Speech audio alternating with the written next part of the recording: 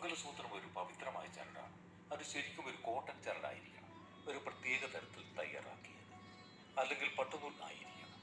ഇതിന് പിന്നിൽ ഒരു വലിയ ശാസ്ത്രമുണ്ട്. ഒരാളുടെ ഊർജത്തിൽ സ്വാധീനം സൃഷ്ടിക്കുന്ന ഒരു രീതിയാണ്.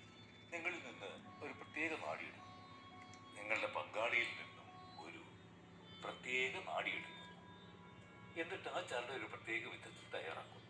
അത് നിങ്ങളിൽ കിട്ടും. ഇപ്പോൾ നിങ്ങളുടെ ശരീരങ്ങൾ ഒന്നാകുന്നുണ്ട്, പക്ഷെ ശരീരങ്ങൾ മാത്രമല്ല ആകുന്നത്, അവരുടെ ഊർജങ്ങൾ ഇതുപോലെ ഒന്നാകുന്നു. ഇനി അത് തകർക്കാനാവില്ല.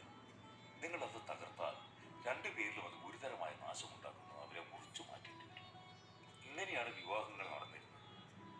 ആധുനിക മനസ്സിന് ഇത് ഭയാനകമായി തോന്നിയേക്കാം, പക്ഷേ ആ ബന്ധങ്ങളിലെ സ്ഥിരത അവർക്ക് ഒരുപാട് ശക്തി നൽകിയിരുന്നു. അങ്ങനെ അവർ ചെയ്യാൻ ആഗ്രഹിക്കുന്ന കാര്യങ്ങളിൽ ശ്രദ്ധ കേന്ദ്രീകരിക്കുവാൻ കഴിഞ്ഞിരുന്നു.